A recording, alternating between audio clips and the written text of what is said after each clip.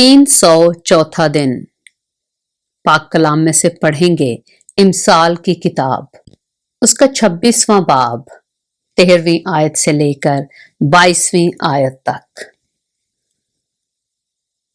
सुस्त आदमी कहता है राह में शेर है, शेर बब्बर गलियों में है।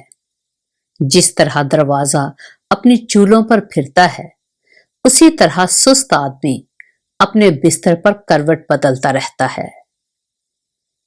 सुस्त आदमी अपना हाथ थाली में डालता है और इसे फिर मुंह तक लाना उसको थका देता है। काहिल अपनी नजर में दाना है, बल्कि दलील लाने वाले 7 शख्सों से बढ़कर।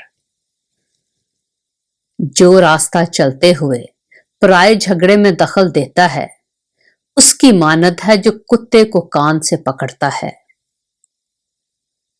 जैसा वो दीवाना जो जलती लकड़ियां और मौत के तीर फेंकता है, वैसा ही वो शख्स है जो अपने हमसाया को दगा देता है और कहता है मैं तो दिल लगी कर रहा था।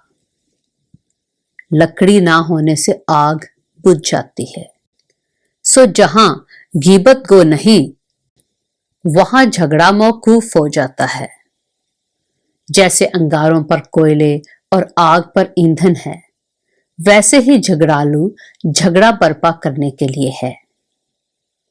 गीबत गो की बातें लजीज नवाले हैं और वह खूब हजम हो जाती हैं। पाक कलाम के पढ़े और सुने जाने पर खुदावंद की बरकत हो।